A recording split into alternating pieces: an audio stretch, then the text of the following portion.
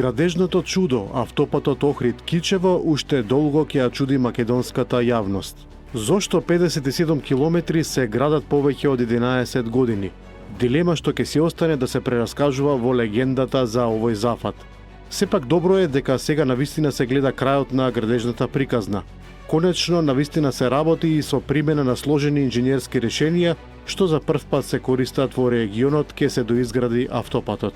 А охрабрувањето дека легендата за градење нема да трае уште 11 години беше и тоа дека во јули годинава беа пуштени во употреба првите 20 километри од автопатот Кичево-Охрид на потегот од Врбјани до Ботун, а во септември и делницата Климештани-Охрид, како уште 17 километри од автопатот Кичево-Охрид. Едноставно, заселеното работење во 2025 година најавува дека до крајот на следната година ќе се возиме по целиот пат. А во легендата ќе остане цврстото ветување на минатата власт дека 31.12.2023 е крајниот рок кога сите ќе се возиме по автопатот. Таквото возење и ги однесе во опозиција. Се ближат новогодишните празници и меѓу населението се чувствува мала опуштеност. Опуштеност нема само во партиите, таму секој ден штанцаат по 2 до 3 соопштенија и прават по 1 до 2 пресконференции. Зошто немаат време за предпразнична релаксираност? Толку ли и гори под нозе на Македонија? Ако ги читаме соопштенијата, се гледа дека повеќето се меѓусебни препукувања и одговори на обвинувањата кои си ги набројуваат. Ретко има реални одговори и размена на идеи. А всушност, ако веќе сакаат да пишуваат соопштенија, не е лошо поголем дел од нив да бидат полни со нови идеи и планови, како да се унапреди Македонија. Тоа и треба на земјата, тоа го очекува јавноста, а за обвинувањата што си ги разменуваат, нека почне соодветно место да се прави истраги, а не само да се соопштуваат.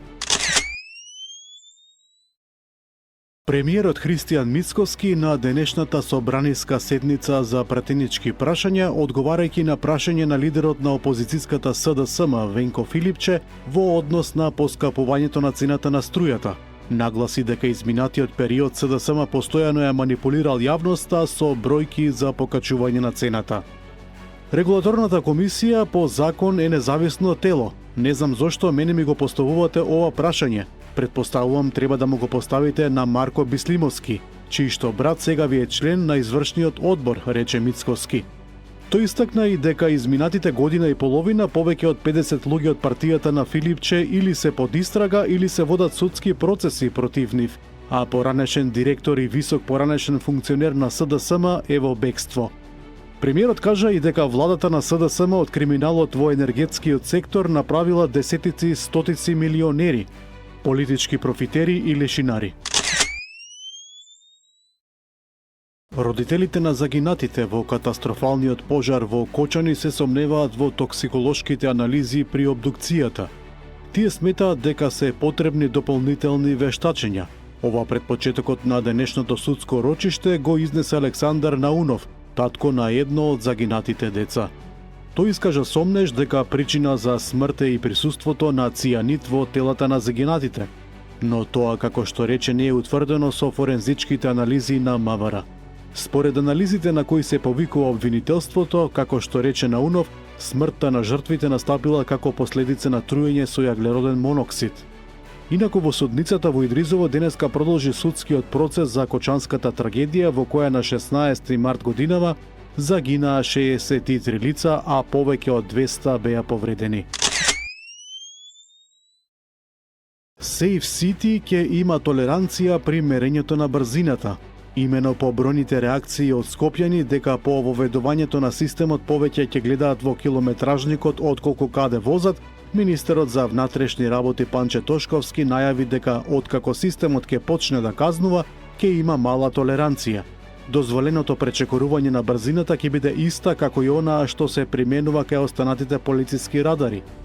За брзини до 100 км на час ќе има толеранција од 6 км, за брзини над 100 км на час 8 км.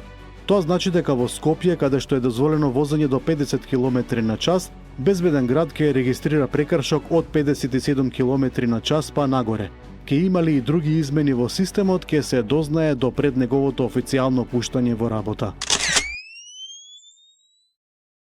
Пред предстојните празници, кога традиционално се организираат новогодишни прослави, забави, а и јавни собири во угостителските објекти, Дирекцијата за заштита и спасување апелира до сопствениците и организаторите да постапуваат одговорно и целосно да ги почитуваат прописите за заштита од пожари и за безбедност на посетителите. Оттаму истакнуваат дека почитувањето на овие превентивни безбедносни мерки не е само законска обврска, туку е и морална одговорност на секој сопственик и организатор на масовни настани кон неговите гости и вработени. ВМРО ДПМН денеска до СДСМ пак го постави прашањето дали е вистина дека нивниот поранешен председател Зоран Заев гради зграда во Дубај и тоа на 40 ката и од каде му се парите за тоа. Исто така сакаме да му порачаме на нивниот така наречен антикорупцијски тим дека им го пријавуваме овој случај и очекуваме да го процесуираат и истражат.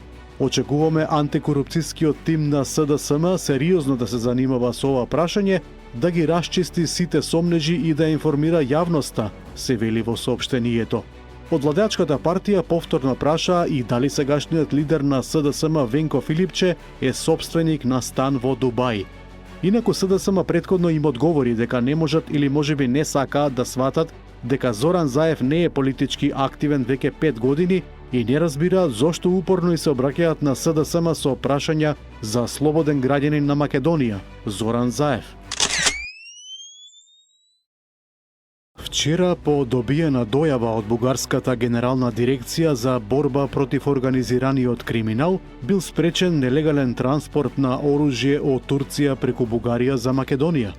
По превземени мерки и активности во координација со Бугарската генерална дирекција за борба против организираниот криминал, на граничниот премин Капитан Андреево помеѓу Бугарија и Турција при претрес на товарно возило Волво со македонски национални ознаки. Во товарниот простор биле пронајдени и одземени 3 пушки, 20 пиштоли и 5750 куршуми. По целосно документирање на случајот и утврдување на сите инволвирани лица во случајот, ќе биде поднесена соодветна кривична пријава, соопшти МВР.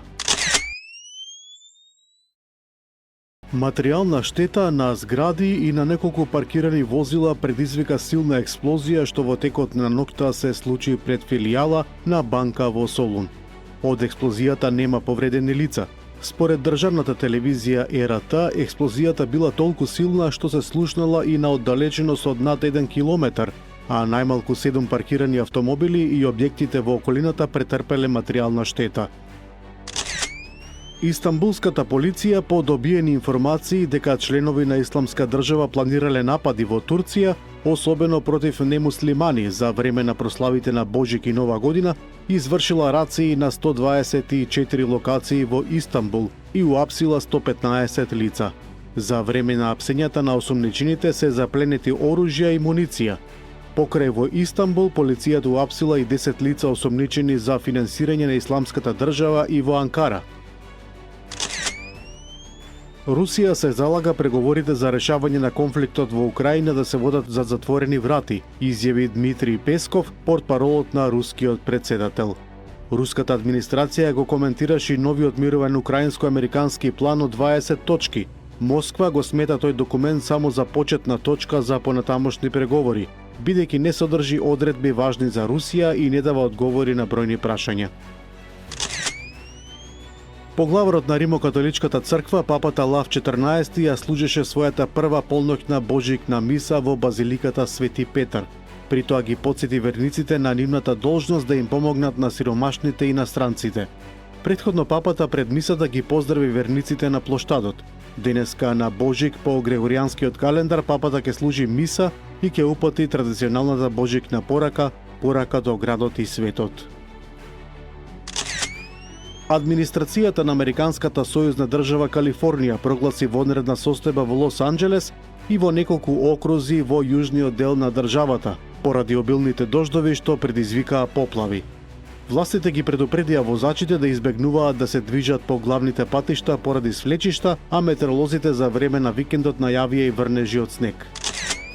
Севернокорејскиот лидер Ким Џонг Ун и неговата ќерка Џу Аe присуствувале на пробно лансирање на ракета со долг дострел земја-воздух. Како што објави севернокорејската новинска агенција, ракетата уништила цели во воздух на растојание од 200 километри.